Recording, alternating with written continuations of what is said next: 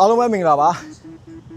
Train Light Pro အစီအစဉ်နဲ့ကျွန်တော်ကြိုဆိုပါရစေကျွန်တော်နာမည်ကိုချန်နေဖြစ်ပါတယ်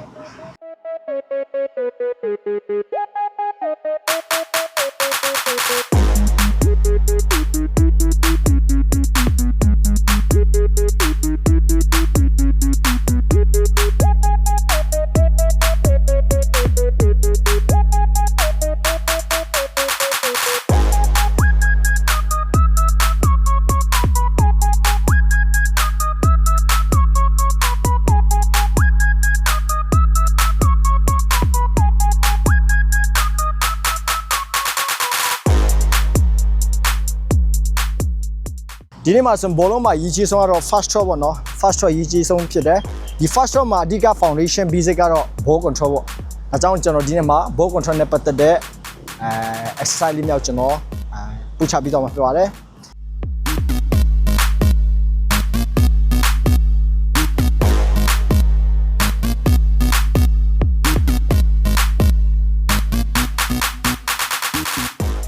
ဘောလုံးမှာရည်ကြီးဆုံးအရာကတော့ ball control ပေါ့ကျွန်တော်ဘောလုံးကို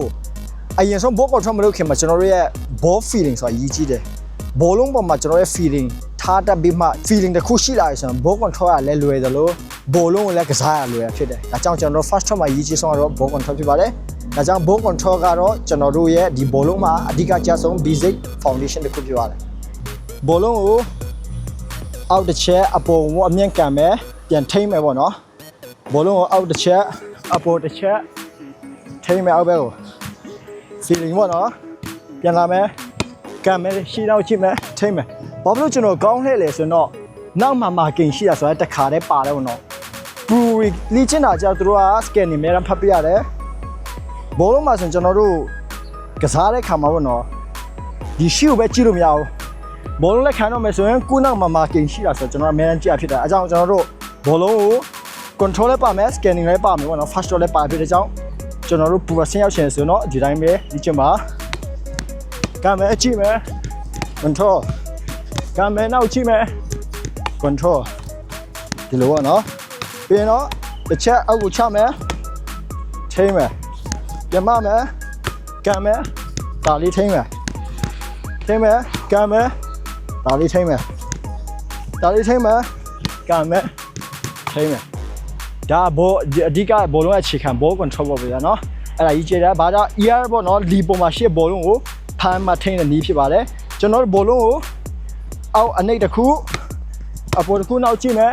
ထိန်းမယ်ကမ်းမယ်ကြည့်မယ်ဒါလီထိန်းမယ်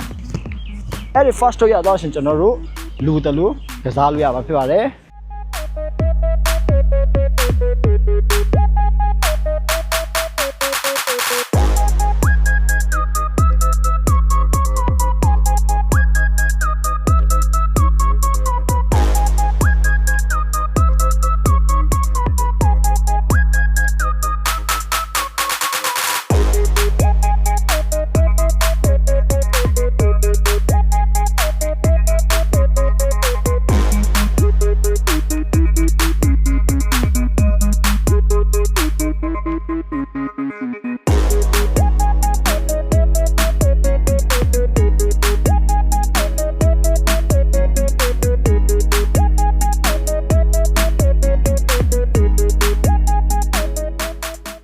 ကျွန်တော်ရဲ့ဗီဒီယိုလေးကို like and share